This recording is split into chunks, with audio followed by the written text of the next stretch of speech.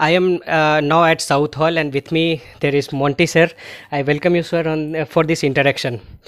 Monty sir has been living in the United Kingdom for last 30 years. He had seen many ups and downs here among the Indian diaspora. I shall be talking to him. Before interacting, sir, I would like to apprise you with the purpose of this interview. This is Bhaskar Jyoti, a research scholar from Jawaharlal Nehru University, and my PhD topic is caste among the Indian diaspora in the United Kingdom. There was a recent attempt to bring a anti-caste legislation in the House of Commons, and after that there have been debates and deliberations around caste issues in the United Kingdom as well. Sir, first of all, I would like to know from you, for how long have you been staying in United Kingdom?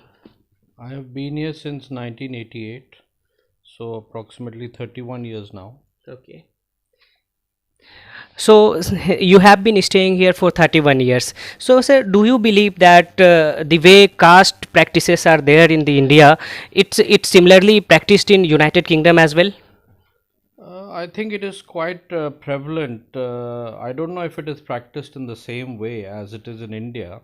I don't think to that severity, but it is quite prevalent. Sir, can you tell some of the areas where such caste practices or caste-based discrimination are found more in more prevalent way? You see, mostly the communities that are living over here or the Indians who have come here, they are from the village background, Okay. and that is where it is more predominant. I don't think with the educated people or people who are educated who came here, it is predominant with them. No, it is only predominant with the people coming from the village background. Okay. So they practice it in work. I mean, they say that this guy is a Jat and this guy is a Chamar and this guy is a Chuda, and they tend to sort of generalize, asking you where do you belong. So if you come from the city, then they say that ye to shehri hain, Okay. and they are tend to ask you which is your village. If you're coming from Punjab, if they know that you're a Punjabi, they tend to ask your village, your zilla, and those sort of things. And on the basis of that, they tend to generalize, Okay. and even on the caste, yes, definitely. Sir, I have been staying here for last 2 days, and today only I went to two of the gurudwaras, had langar there. Nobody asked me about my caste, creed, anything else. I had a very splendid lunch and dinner there. But I see there are separate gurudwaras for certain sections of Sikhs also, like Gurudwara Ravidas temple is there. Sir, so I would like to know whether this caste-based discrimination is more predominant among the Sikhs, or it is equally predominant in Hindus as well. I mean, I think it will be predominant amongst everybody. Okay. I don't know if the Hindus have separate temples for separate castes. I don't know about that, but I do know that there's the Ravidas Gurdwara, because that they are the supposed to be the scheduled caste community, Yeah. and therefore they have made their own Gurdwara. So they must be feeling that there is some sort of prejudice Okay. against them, and that is why they have established their own Gurdwara, and they tend to call it a Guru Ravidas temple. Yeah. Yeah, the Singh Sabha, maybe it is dominated by the Jat Sikh community, Yeah. and but when you go into the Gurdwaras, no, you don't observe any discrimination at all. Whether Yeah. you might go to Guru Ravidas Gurdwara or the Singh Sabha or any other Gurdwara, there will be nobody will ask you what is your caste or what is your creed. I mean, everybody is welcome there. Yeah. But underlying fact is that people have established different gurdwaras. Yeah. So, sir, as you already highlighted about the literacy issue, so should we believe that these caste practices or caste-based discriminations are prevalent among the first generation of diaspora, and as the literacy, prosperity, wealth, etc., would increase, and subsequently it would disappear? Definitely, it is to do with the literacy, because the people who are coming from villages, most of them or a lot of them are quite illiterate, or they have very modest education, or maybe little education, and therefore they, from their past or from their families, whatever's coming, they have brought that with them to this country. But as the literacy increases in the next generation, To some extent, there will be. I feel there is still going to be the caste system, although they will not understand it because they are the second generation in this country. Yeah. Their parents came directly from India, and then the second generation they are a bit confused. But the next generation it will be completely gone, and it is observed that there is nothing except for what the parents tell them. That's all. Sir, endogamy is believed to be one of the greatest carrier of caste among the next generation, that is marrying in the same caste. So, since UK is believed to be one of the most liberal countries of the world, so endogamy is still prevalent here, or people do not see caste while marrying in United Kingdom now? It is prevalent. I mean, maybe in the people who come directly from the villages, yes, and the first generation of children, yes. But I think after that, it dissipates. Okay.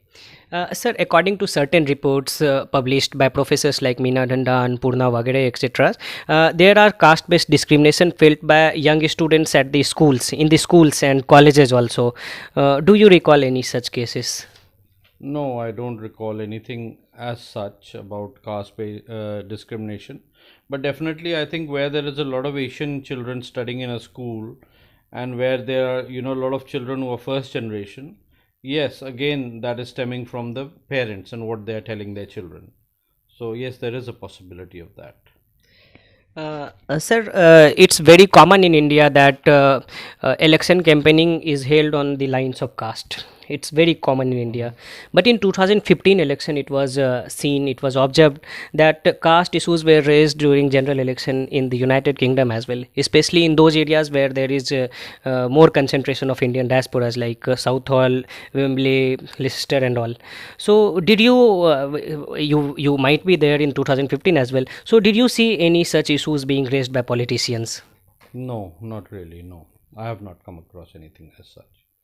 So, has there been casteization of politics here? Even if they have tried, I don't think it has really worked. Okay. I don't think it has really worked. I think people are more interested in seeing what is the what sort of a person that you're going to vote for, and what has he done, and what is his past history. I think a few people again, who've come directly from India, they might vote on the basis that he's from my caste, or they're bringing that, carrying that forward from India. Yep. But I think after a few years that is going to dissipate. I had seen in reports that certain radical parties like United Kingdom independent parties, which were earlier anti-immigrant, which had anti-immigration tendencies, they also fielded some of the Indian politicians, especially Punjabis. So, had it anything to do with caste, or just to lure the Punjabi community, they fielded them?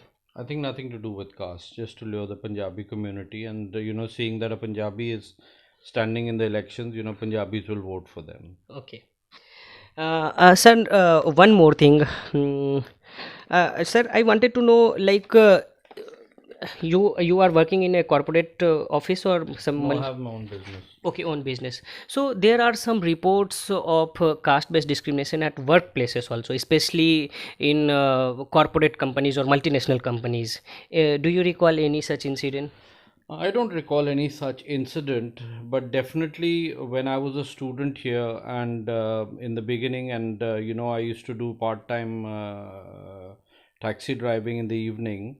At that time, yes, during at that time again, you see there were a lot of people who were working there as taxi drivers, were first generation Indians who had come from Yep. India, and caste system was very prevalent with them, so there was a lot of discrimination there, Okay.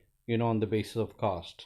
But apart from that, I have not seen. All again, the same thing can be possible, in companies which are employing a lot of Asians, Yeah. a lot of Indians or Asians, and there again, the first generation, they are steeped into the caste system, and there can be discrimination and prejudice. So, sir, based upon the present condition, do you think that there is a necessity to bring anti-caste legislation? Not at all, not at all.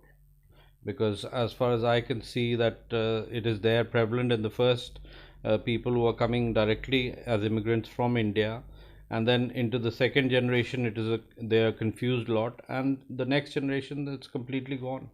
So I don't think there is any need to apprise those generations about their caste. Yeah. There is no need whatsoever of doing that.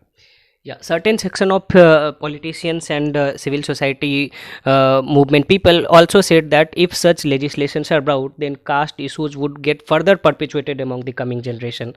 So there might not be any need to bring that legislation. There is already an Equality Act 2010, which ensures that there is no racial discrimination and other kind of discrimination among the Indian diasporas, or for that matter, any of the diasporas living in the United Kingdom. Do you think Equality Act is sufficient to deal with these matters?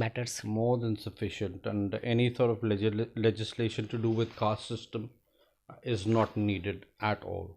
It is just going to apprise people of their caste, which is something they've forgotten about, and it's something in the past. So there's no need for that, to bring that up. Okay, sir. So these were the questions from my side. If you want to contribute anything from your side about the caste and the UK's liberal policies, you can tell us something. Well, like I've told you, there's no place for the caste system over here. Everybody is equal as far as you can see. There is the black, brown, white prejudice which exists. I think it is going to carry on existing for some time, although with prevalence of time, it is going down, and that might happen. But I still feel that prejudice is going to remain.